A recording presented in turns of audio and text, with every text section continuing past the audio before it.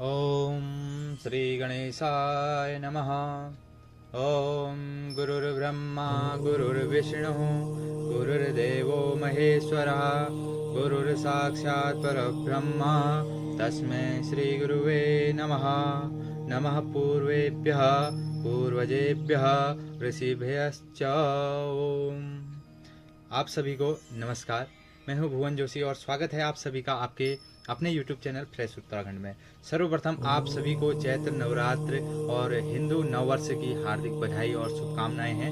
आज के इस वीडियो में हम जानेंगे कि इस वर्ष का जो संवत्सर है उसका नाम क्या है, वह किस राशि के लिए क्या फल देने वाला है और इस वर्ष क्या क्या होना है, किस राशि को फायदा मिलना है, इस बारे में सभी पूरा हम इस वीडियो में पूरा जानेंगे। तो चलिए आज का वीडियो शुरू करते हैं। तो सर्वप्रथम हम जान लेते हैं ये संवत्सर क्या है, इस दिन हमें करना क्या चाहिए। तो चैत्र शुक्ल पक्ष प्रतिपदा को हम हर वर्ष अपना नववर्ष मनाते हैं। इस दिन प्रातःकाल उठकर अपना नित्य कर्म करने के पश्चात स्नान करके घर को अच्छे से सफाई करके लिपाई पुताई करके हमें अपने भवनों में ध्वजा पताका का रोपण करना चाहिए और उसके बाद मंगल आरतियां, देवी का पूजन, प्रभु श्री राम का पूजन करना चाहिए। तो सर्वप्रथम आज जान लेते हैं कि हमारे इस संवत्सर का नाम क्या है। अद कालयुक्त नाम संवत्सरम, अर्थात इस संवत्सर का नाम कालयुक्त है। वत्सरे कालयुक्ताख्ये शुकिनः सर्वजन्तवः सन्त्यथापि च सत्यानिर्प्रचुराणि तथा गदः। कालयुक्त नाम संवत्सर में सभी प्राणी सुखी रहेंगे, अन्न का उत्पाद उत्तम और रहे और किंतु इसमें रोग अधिक होंगे। और अब आगे जान लेते हैं इसके राजा कौन है, मंत्री कौन है, इसके फल क्या मिलने वाले हैं। इस संवत्सर में गौ बहुत दूध और घी से युक्त होंगे, वृक्ष बहुत पुष्पों से युक्त होंगे, बहुत वृष्टि युक्त मेघ होंगे अर्थात वर्षा अच्छी होगी, फसल अच्छी होगी। गाय, भैंस, बैल, बकरी, कांसा, तांबा आदि धातु सभी की अच्छी बिक्री होगी। अन्न का संग्रह करना चाहिए। ग्रह राजा भौमम, इस वर्ष के जो राजा हैं वो भौम हैं। भौमे नृपे वह्नि भयम जनशयम चौराकुलम पार्थिवग्निहम च दुःखम प्रजा व्याधि वियोग पीड़ा स्वल्पम पयो मंचु विवरिवाह। और यदि मंगल राजा हो तो अग्नि भय, जनहानि, चोरों का आतंक, राजाओं में विग्रह, प्रजा व्याधि, वियोग, पीड़ा आदि का दुख अर्थात प्रजा को दुख और वर्षा कम होगी। मंत्री इसके शनि हैं। शनि के मंत्री होने से राजाओं में नम्रता न रहने से उनके व्यवहार में प्रजा अत्यंत दुखी रहेगी। वर्षा बहुत कम तथा मनुष्य में सुख व धन की बहुत कमी होगी। तो इस बार जो संवत्सर है कालयुक्त संवत्सर है, जो इसमें संक्रांति का फल है वो मनुष्य के किस अंग में गया है, कौन सी राशि को क्या करना चाहिए, इसके बारे में अब हम जान लेते हैं। सबसे पहले जान लेते हैं जो संक्रांति है वो सिर में गई है जिसके, वो है जन्म नक्षत्र जिसका उत्तरा भाद्रपदा, रेवती, आश्विनी, भरणी, कृतिका, रोहिणी, मृगशिरा है, उनके सिर गई है। इसका फल जो होता है भूमि भवन का लाभ, मान सम्मान मिलता है। और दूसरे जिसके मुख गई है धनिष्ठा, शतभिषा और पूर्वा भाद्रपदा, इन नक्षत्रों के मुख में संक्रांति गई है तो इनको विद्या लाभ, प्रतियोगिता में सफलता मिलेगी। ज्येष्ठा, मूल, पूर्वाषाढ़ा, उत्तराषाढ़ा और श्रवण नक्षत्र के हृदय में गई है, आर्थिक संसाधनों में वृद्धि का फल बन रहा है। स्वाति, विशाखा, अनुराधा, इनका जो है दाहिने हाथ में संक्रांति गई है, इनमें विवाह, धन लाभ, मांगलिक कार्य का फल बन रहा है। और बाएं हाथ में जो है उत्तरा फाल्गुनी, हस्ता, चित्र, इनका जो है फल बन रहा है अनावश्यक व्यय, धन हानि और ऋण भार। इसमें लगभग सिंह और कन्या राशि आती है। उसके बाद बात कर लेते हैं अश्लेषा, मघा और पूर्वा फाल्गुनी, जिनका दाहिने पैर में गई है। इनका होता है व्यर्थ भ्रमण, परिश्रम और देशाटन का फल बन रहा है। जो मुख्य हम मानते हैं जिसको कि बाएं पैर में जो संक्रांति जाती है उसको पूजन करना पड़ता है। तो बाएं पैर में जिसकी संक्रांति गई है उनका है आद्रा, पुनर्वसु और पुष्य, अर्थात मिथुन और कर्क राशि के जातकों का ये बाएं पैर में संक्रांति गई है। इसका फल जो बनता है शारीरिक कष्ट, विवाद, अशांति और तनाव का जो है इसका फल बनता है। तो वामपाद वाले दोष के लिए जो जातक है जिनका नक्षत्र आद्रा, पुनर्वसु, पुष्य है, अर्थात मिथुन और कर्क राशि वाले, उन्हें विश्व संक्रांति अर्थात वामपाद है। अरिष्ट निवृत्ति के लिए चांदी का पैर, दही, लाल वस्त्र व सफेद वस्त्र, अन्न आदि का दान करें। रुद्राभिषेक करवाएं। बाहें हाथ तथा दाहिने पैर में भी संक्रांति का फल प्रतिकूल ही है, अर्थात जो बाएं हाथ और दाहिने पैर थे उत्तरा, फाल्गुनी, हस्ता, चित्रा, सिंह राशि, कन्या राशि, कर्क राशि वालों को भी संक्रांति का फल प्रतिकूल है। अतः उन नक्षत्र को जातकों को भी शांति पाठ कर लेना चाहिए। अब बात कर लेते हैं कि जो संवत्सर है यह किन राशि वालों को अपेट है और संक्रांति अपेट किसको है। तो सबसे पहले जान लेते हैं संवत्सर अपेट। जो आज संवत्सर है यह अपेट है मेष, सिंह, धनु राशि के जातकों को यह संवत्सर अपेट है। और बात कर लेते हैं विश्व संक्रांति की। विश्व संक्रांति अपेट है कर्क, वृश्चिक, मीन राशि के जातकों को चंद्रमा अपेट है। शांति के लिए दुर्गा सप्तशती का पाठ कराएं तथा पुरोहित को चांदी, चावल, दही, घी, श्वेत वस्त्र आदि का दान कर सकते हैं। तो अब बात करते हैं, इसके बाद हम बात करेंगे प्रत्येक राशि का फल क्या रहेगा, आय व्यय चक्र क्या रहेगा, इस पे हम बात कर लेते हैं। तो सबसे पहले बात कर लेते हैं मेष राशि वालों की। मेष राशि वालों का जो है वर्षारंभ में गुरु राशि के गोचरस धर्म में रुचि बढ़ेगी, लेकिन कार्यों में अवरोध आने से मानसिक अशांति रहेगी। मई 2024 के बाद शांति रहेगी। आर्थिक क्षेत्र में उतार चढ़ाव रहेंगे। मनोत्साह बना रहेगा। भूमि, भवन, वाहन के क्षेत्र में निवेश करने में सावधानी रखें। माता का स्वास्थ्य कुछ शिथिल रह सकता है। संतान संबंधी चिंताएं रह सकती हैं। विद्याध्ययन में कुछ रुकावटें आ सकती हैं। जीवन साथी की ओर से चिंताएं रह सकती हैं। नौकरी के क्षेत्र में पदोन्नति एवं स्थानांतरण के योग बन रहे हैं। रोग पर अनावश्यक व्यय की संभावनाएं है। गुरु व राहु का जप व दान कराएं व रुद्राभिषेक कराएं। वर्ष भर श्री शिवाय नमः मंत्र का जाप करें। जो पहली राशि हमारी मेष, उसका आय हमारा बन रहा है 8 का और व्यय बन रहा है 14 का। जो इसका फल बनता है वह है लोक अपवाद। तो अपवादों से बचना है आपको। लोगों से जो व्यर्थ में जो विवाद हो जाते हैं उनसे आपको बचना है। उसके बाद हम बात कर लेते हैं वृष राशि वालों की। तो वृष राशि वालों का मई से गुरु का गोचर वर्ष पर्यंत वृष राशि में होने से कुछ स्वास्थ्य संबंधी परेशानियां रह सकती हैं। इस वर्ष में कुछ व्याधिक्य की संभावना है। कुंभ राशि में शनि के योग के कारण स्थानांतरण एवं पदोन्नति तथा व्यापार में उत्तम लाभ के योग बन रहे हैं। कुछ मानसिक अशांति व चिंता हो सकती है। संतान पक्ष से कुछ चिंता हो सकती है। जीवन साथी का पूर्ण सहयोग मिलेगा। व्याधिक्य के साथ साथ उत्तम लाभ की स्थिति भी उत्तरार्ध में बनेगी। दृढ़ मनोबल से सभी समस्याओं का निदान हो सकता है। प्रत्येक गुरुवार को पीपल के वृक्ष के मूल में 1 मुट्ठी चीनी चढ़ाएं तथा श्री विष्णवे नमः मंत्र का जाप करें। जो वृष राशि वाले हैं श्री विष्णवे नमः मंत्र का जाप करना है। इनका जो आय व्यय सार बन रहा है, इनका आय 2 की और व्यय 8 का बन रहा है, अर्थात इनको लाभ का फल बन रहा है। तो इनको थोड़ी मेहनत करने में अच्छा लाभ हो सकता है। अगले बात करते हैं हम मिथुन राशि की। मिथुन राशि में प्रारंभ में 1 माह कुछ तनाव हो सकता है, तत्पश्चात ठीक रहेगा। व्यय अधिक हो सकता है। मनोत्साह एवं मनोबल से कार्य सिद्ध होगा। भूमि, भवन, वाहन के क्षेत्र में किया गया निवेश लाभकारी सिद्ध होगा। संतान पक्ष से कुछ चिंताएं रहेंगी। जीवन साथी के सहयोग से नई योजनाओं में सफलता मिलेगी। नौकरी व व्यवसाय के क्षेत्र में कुछ उथल पुथल की स्थिति रहेगी।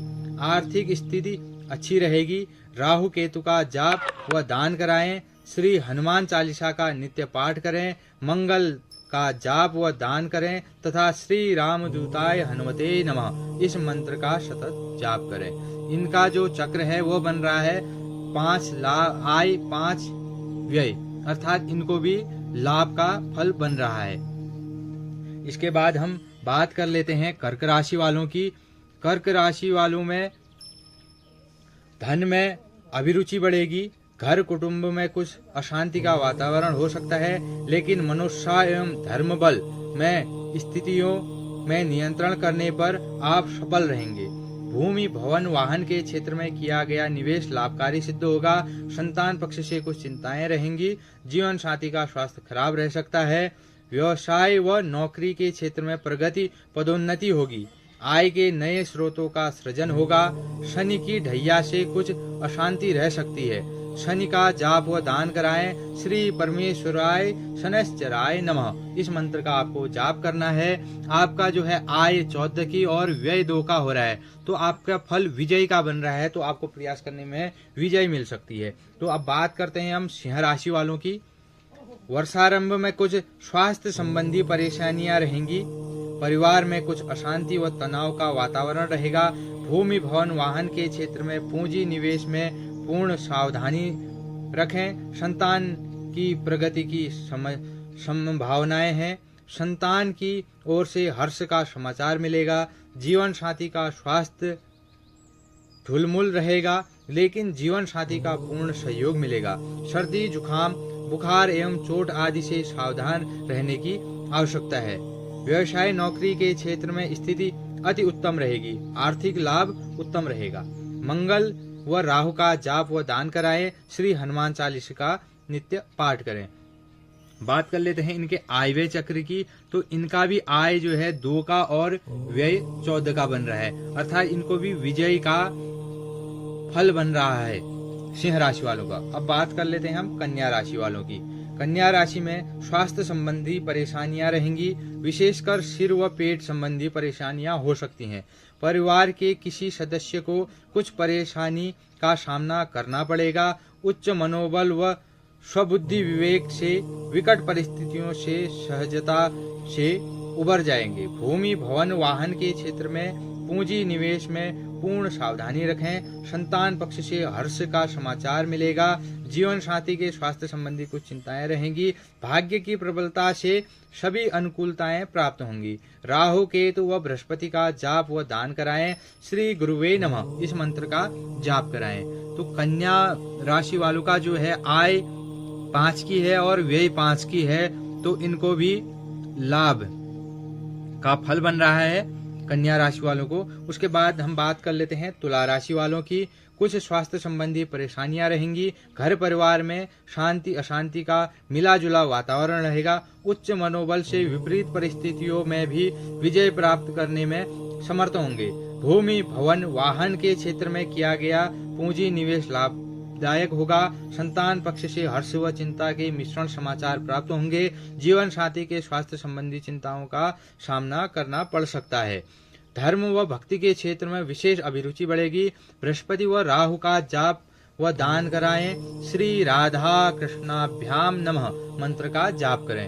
उसके बाद बात कर लेते हैं इनके आय व्यय चक्र की। तो इनका आय है 2 का और व्यय है 8 का, तो इनका भी लाभ का फल बन रहा है। उसके बाद बात कर लेते हैं वृश्चिक राशि वालों की। वर्षारंभ में 2 या 3 माह के लिए स्वास्थ्य में कुछ प्रतिकूल प्रभाव पड़ सकता है। घर कुटुंब में कुछ अशांति का वातावरण रह सकता है। उच्च मनोबल एवं विवेक से परिस्थितियों पर नियंत्रण रहेगा। भूमि भवन वाहन के क्षेत्र में निवेश करने में सावधानी रखें। संतान पक्ष से चिंता रह सकती है। जीवन साथी का स्वास्थ्य सामान्य रहेगा। अचानक कुछ शुभ समाचार मिलेंगे। नौकरी व्यवसाय में उतार चढ़ाव के कारण आर्थिक स्थिति सामान्य रहेगी। शनि की ढैया के कारण कुछ मानसिक अशांति रहेगी। शनि व मंगल का जाप व दान करें। श्री हनुमान चालीसा का पाठ करें तथा श्री हंग हनुमते नमः मंत्र का नित्य जाप करें। इनका बात कर लेते हैं आय व्यय चक्र की। तो इनका आय है 8 की और व्यय बन रहा है 14 का। इनको भी लोकापवाद से बचना है। वृश्चिक राशि के जातकों को लोकापवाद से बचना है। अब बात कर लेते हैं हम धनु राशि वालों की। धनु राशि वाले स्वास्थ्य के दृष्टिकोण से वर्ष अच्छा रहेगा। घर परिवार में शांति का वातावरण रहेगा। मनोबल एवं साहस से सभी कार्य सिद्ध होंगे एवं कष्ट दूर होंगे। भूमि भवन वाहन के क्षेत्र में किया गया पूंजी निवेश से हानि की संभावना है, तो धनु राशि वालों को थोड़ा भूमि भवन और वाहन के क्षेत्र में व्यय करने से बचना है। संतान पक्ष से शुभ समाचार के संकेत रहेंगे। जीवन साथी की प्रगति से हर्ष के समाचार मिलेंगे। वर्ष के उत्तरार्ध में कुछ सर्दी जुकाम खांसी से स्वास्थ्य संबंधी परेशानियां हो सकती हैं। भाग्य की प्रबलता से सभी कार्य सिद्ध होंगे। नौकरी व्यवसाय के क्षेत्र में भारी उथल पुथल रहने से कुछ तनाव रह सकता है। आर्थिक स्थिति अच्छी रहेगी। राहु व केतु का जाप व दान कराएं। ओम नमो नारायणाय मंत्र का नित्य जाप करें। बात कर लेते हैं इनके आय और व्यय चक्र की। इनकी जो आय है 11 की है और व्यय 5 का है, तो इनका फल विजय का बन रहा है धनु राशि वालों का। अब बात कर लेते हैं मकर राशि की। मकर राशि में स्वास्थ्य ठीक रहेगा। घर परिवार में शांति का वातावरण रहेगा। मनोत्साह व मनोबल की स्थिति अत्यंत उच्च स्तर की रहेगी। भूमि भवन वाहन के क्षेत्र में किया गया पूंजी निवेश अत्यंत लाभप्रद व सुखदायक हो सकता है। संतान पक्ष से हर्ष का समाचार मिलेगा। जीवन साथी का पूर्ण सहयोग मिलेगा तथा नई योजनाएं बनेंगी। शिक्षा व प्रतियोगिता के क्षेत्र में नए कीर्तिमान स्थापित होंगे। कार्य सिद्ध में कुछ बाधाएं आएंगी जो उच्च विवेक से दूर हो जाएंगी। नौकरी व्यवसाय में अत्यंत प्रगति के अवसर प्राप्त होंगे। उतरती 7.5 अत्यंत लाभप्रद होगी। शनि व मंगल का जाप व दान करना श्रेष्ठकर होगा। श्री परमेश्वराय शनैश्चराय नमः मंत्र का नित्य जाप करें। अब बात कर लेते हैं इनके आय व्यय चक्र की। इनका आय है 14 का और व्यय है 14 का, तो इनका फल थोड़ा कलेश का बन रहा है, तो इनको अपने कार्यों को संभल कर करना पड़ेगा। अब बात कर लेते हैं कुंभ राशि वालों की। कुंभ राशि वाले कुछ स्वास्थ्य संबंधी चिंताएं रहेंगी। घर परिवार में कुछ अशांति व चिंताएं रह सकती हैं। साहस व आत्मबल से सभी समस्याओं पर विजय प्राप्त करेंगे। भूमि भवन वाहन के क्षेत्र में किया गया भूमि निवेश लाभदायक है। संतान पक्ष से हर्ष के समाचार मिलेंगे। जीवन साथी का सहयोग मिलेगा। भाग्य की प्रबलता से सभी कार्य सिद्ध होंगे। व्यवसाय व नौकरी के क्षेत्र में प्रगति के योग हैं। 7.5 का मध्य भाग अत्यंत लाभकारी होगा। मंगल व शनि का जाप व दान करना श्रेष्ठकर है। श्री संग शनैश्चराय नमः मंत्र का जाप करें। बात कर लेते हैं इनके आय व्यय चक्र का। तो इनका आय और व्यय भी 14 का है, तो इनका भी कलेश का फल बन रहा है। अब बात कर लेते हैं हमारी अंतिम राशि जो है मीन राशि की। इसमें स्वास्थ्य के दृष्टिकोण से वर्ष अच्छा रहेगा। घर परिवार में सुख शांति का वातावरण रहेगा। उच्च मनोबल से सभी समस्याओं का समाधान करने में सफलता मिलेगी। भूमि भवन वाहन के क्षेत्र में किया गया पूंजी निवेश सफल होगा। संतान पक्ष से कुछ चिंता बनी रहेगी। जीवन साथी की ओर से कुछ चिंताएं रहेंगी। कार्यों में कुछ बाधाएं आएंगी। 7.5 का प्रथम चरण तनावपूर्ण है। राहु व शनि का जाप व दान करें। श्री कृष्णाय नमः मंत्र का जाप करना है। तो ये थे हमारे जो 12 राशि हैं इनका फल। तो दोस्तों मैं आपको बता दूं, जो किसी की राशि में कुछ धन हानि और इस प्रकार का लिखा है संभल कर चलने की, तो हम अपने कर्मों से भाग्य को बदल भी सकते हैं। जरूरी नहीं है ये सब हमारे साथ घटित हो। तो हमको अपने अच्छे कर्म करते रहने हैं, सत्कर्म करते रहने हैं। दान पुण्य पूजा पाठ इत्यादि कर्म भी हमको अपने जीवन में करते रहना चाहिए। जो भी हमारी आय होती है उसका दशांश हमें हमेशा सदुपयोग में दान धर्म के कार्यों में लगाना चाहिए। तो ये था हमारा इस वर्ष का संवत्सर जो आपने हमें सुना। तो हमारी वीडियो को सब्सक्राइब करने के साथ इस वीडियो को अधिक से अधिक लोगों तक शेयर करें। यदि आप हमको इस संवत्सर की दक्षिणा प्रदान करना चाहते हैं तो हमने अपना नंबर डिस्क्रिप्शन में दे रखा है, उस माध्यम से आप हमको दक्षिणा दे सकते हैं। यदि अपने परिवार में कभी किसी भी प्रकार का हवन पूजा पाठ दुर्गा सप्तशती और रुद्राभिषेक कार्य करवाने हो तो आप हमें दिए गए नंबरों पर भी संपर्क कर सकते हैं। नमस्कार।